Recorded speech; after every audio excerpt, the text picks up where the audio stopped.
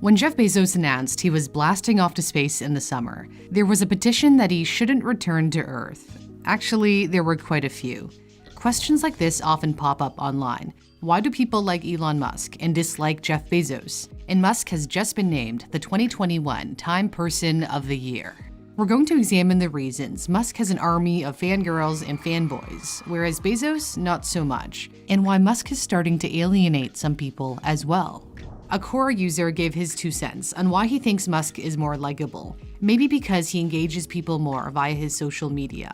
Musk loves to respond to the general public on Twitter, allowing him to build a powerful connection with his 65 million and counting followers. He shares memes, dad jokes, inappropriate jokes, the opposite of a carefully crafted corporate image, which appeals to his fan base. When Bezos uses Twitter, he's super professional, like this tweet about how Amazon proved its early doubters wrong. Musk then poked fun at him by replying with a silver medal emoji. Bezos didn't bother responding, but his rocket company Blue Origin has blasted Musk's SpaceX, labeling SpaceX's Starship lunar lander immensely complex and high risk. NASA didn't think so when it awarded SpaceX a contract to return American astronauts to the moon. Blue Origin protested the decision by suing and lost, prompting Musk to share this meme of Judge Dredd from the film, saying, "You have been judged." Bezos' space venture is still trying to catch up to SpaceX. Although Blue Origin has now sent humans to space on New Shepard, it has never sent them into orbit around Earth, something SpaceX accomplished in 2020. It has been a long and difficult road to get SpaceX to where it is today. Musk has opened up about his company, often to the point of tears, like in the 60 Minutes interview. It's really tough.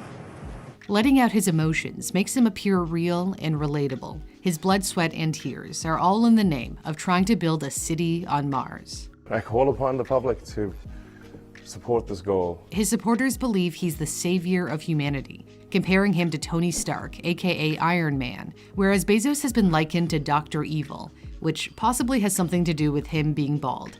It might also have something to do with his riches from Amazon. Bezos grew Amazon into the behemoth it is today by brilliantly giving shoppers what they wanted when they didn't even know they wanted it, like same-day delivery. Amazon accounts for nearly 40% of all online retail shopping in the US. Despite his stunning success, e-commerce isn't all that sexy, so it doesn't attract the kind of fans you'd get if you developed cool products, like what Steve Jobs did with Apple, or what Musk is doing with electric cars at Tesla. Not to mention, Amazon has its chorus of critics, accusing it of acting like a monopoly and of mistreating workers. Headlines describe delivery drivers working long days with no bathroom breaks, reportedly peeing in bottles, and warehouse workers being pressured to work even faster. Bezos has defended the treatment of Amazon staff, but acknowledged the company needs to do a better job in his final letter to shareholders before he stepped down as CEO earlier in 2021. One of the reasons he stepped away was to focus on his space company. Up until recently, Blue Origin wasn't all that well known. When it is in the spotlight, Bezos has gotten flack when he chose to rocket to space on the first Blue Origin flight carrying passengers. Democratic Senator Elizabeth Warren was not too pleased about what she called a joyride by a billionaire. And on the following flight that took Star Trek star William Shatner to space, he appeared to interrupt Shatner's emotional post-flight speech. Is you shooting up? Oh my God. Give me the champagne bottle. Come here. I want one. I want to hear this. Here. You want a little of this?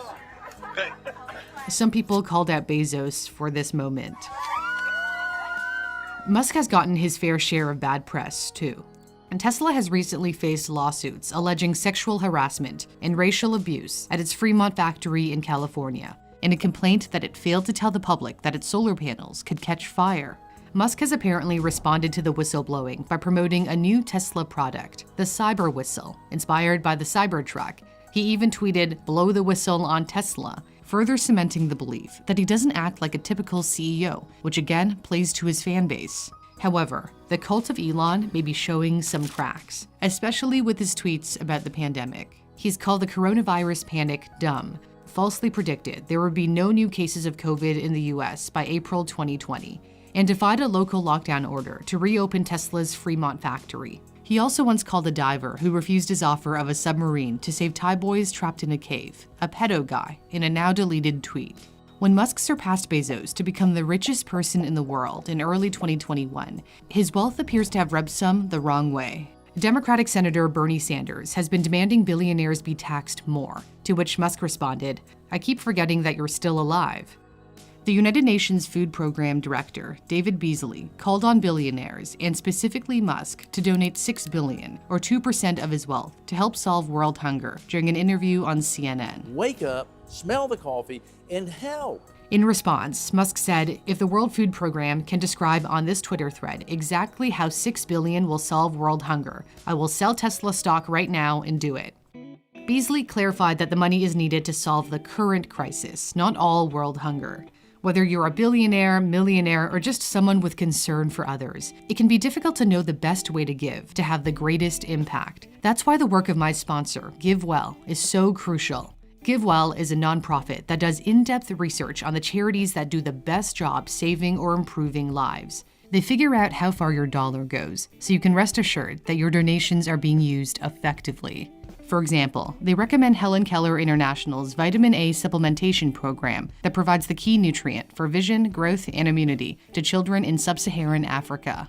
GiveWell publishes all of their research and recommendations on their website for free, and you don't have to sign up to see it. If you'd like to make a difference in someone's life this holiday season, GiveWell is matching donations from first-time donors dollar for dollar up to $250. All you have to do is click on the link in my description to donate, and be sure to use the fundraiser code NEWSTHINK at checkout to make sure your donation gets matched. They allocate your tax-deductible donation to the charity you choose without taking anything for themselves. If you don't have a charity in mind, they recommend their Maximum Impact Fund, which directs donations to the charities that GiveWell has determined to be most effective each quarter. Thanks for watching. For NewsThink, I'm Cindy Palm.